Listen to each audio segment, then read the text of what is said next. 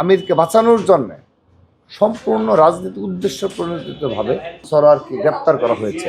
জামাতের আমিরের যে সামাজিক যোগাযোগ মাধ্যম এক্স হ্যান্ডেলের যে তিনি পোস্ট করেছিলেন, সেই পোস্টে কিন্তু দেখবেন যে সবগুলো সেন্টেন্সের সিকোয়েন্স ওকে জামাতের রাজনীতির সাথে যাচ্ছে এবং জামাত এই বক্তব্যগুলো দিয়ে থাকে।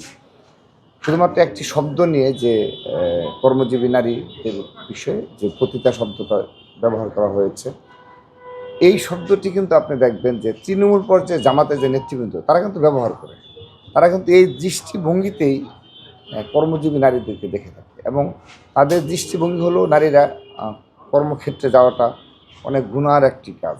এটি হলো আপনার জামাতের যে তৃণমূলের নেতাকর্মী তাদের সকলের মন মানসিকতা এরকম। যা হোক, যে কোনোভাবেই হোক সেটি তিনি এই শব্দটি ব্যবহার করেছেন।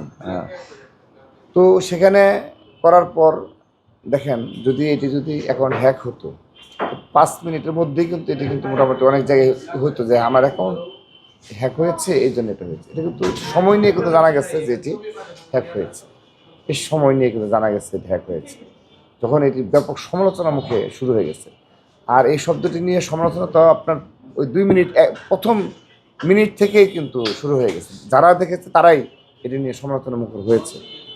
তো যাই হোক, তো তারপরে আমরা সেদিন দেখলাম যে বঙ্গভবনে এক কর্মকর্তা নাকি জড়িত যে এই ঘটনার সাথে। তখনই আমাদের কাছে বিষয়টা রহস্যময় মনে হয়েছে।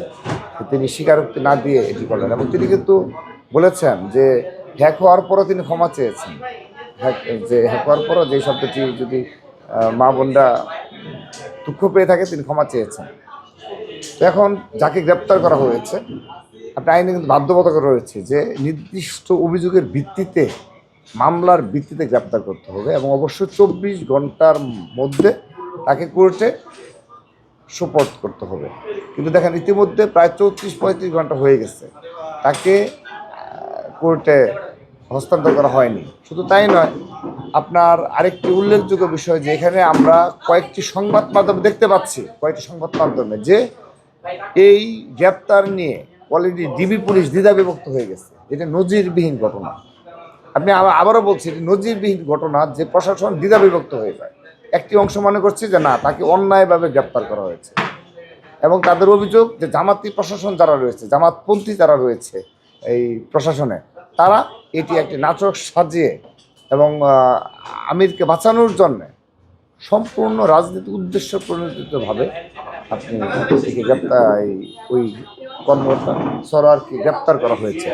আমি নিন্দা জানাচ্ছি যে এই ধরনের রাজনৈতিক হস্তক্ষেপে এবং রাজনৈতিকভাবে প্রভাব প্রতিপত্তি বিস্তারের মাধ্যমে প্রশাসনকে ব্যবহার করা। এবং এটি আপনি দেখেন যে সর্বশেষ আওয়ামী লীগ ফ্যাসিস্টের আমলে এই ঘটনাগুলি ঘটতো। আজকে প্রায় 34 ঘন্টা অধিক সময় হয়ে গেছে, তাকে আজকের দিন পর্যন্ত এখন পর্যন্ত তাকে কোর্টে হস্তান্তর করা হয়নি। এটি আমার এটি বক্তব্য, এটি নতুন বাংলাদেশ গড়ার জন্য। আর এই জামাত শিবিরকে আমরা অনেক আগে থেকে চিনি, জানি, কারণ তাদের সম্পর্কে আমাদের অগ্রজ যারা ছিল তাদের বক্তব্য, তাদের স্মৃতিচারণা যে এই জামাত শিবির একটা সময় কী ধরনের রাজনীতি করত।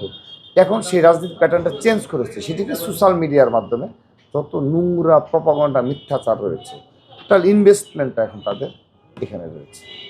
এটি জামাতে আমিরের যে টিম রয়েছে তারাই এই পোস্ট করেছে, এটি নিশ্চিতভাবেই ইতিমধ্যে প্রায় প্রমাণিত। এবং আপনি দেখবেন যে হয়তো বা কালকের মাঝে অবশ্যই সন্দেহতে প্রমাণিত হবে। তা না হলে একজনকে গ্রেপ্তার করার পর আপনি এরকম একটি ঘটনায় 34 ঘন্টা ডিবি হেফাজতে রাখতে হয় একজনকে। এটি কি মানে, এটি তো স্পষ্ট যে এখানে অন্য ভিন্ন কিছু রয়েছে।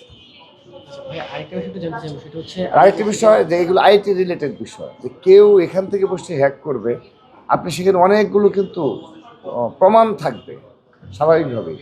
আপনি ইমেল অ্যাকাউন্টসের যে বিষয়টা বলছি, কিংবা যেহেতু আপনার ভেরিফাই করার ছিল, এখানে 2 স্টেপ ভেরিফিকেশন যেটা করা থাকে, যেটা আমাদেরটা করা রয়েছে, স্বাভাবিকভাবেই আপনার নোটিফিকেশন আসবে।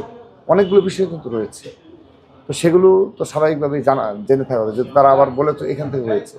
তারপর 34 ঘন্টা ডিবি হেফাজতে রাখতে এরকম একটি ঘটনা, তাও তবুও কোর্টে হস্তান্তর করছে না, কিংবা তাকে সাংবাদিকদের মুখোমুখি করা হচ্ছে না।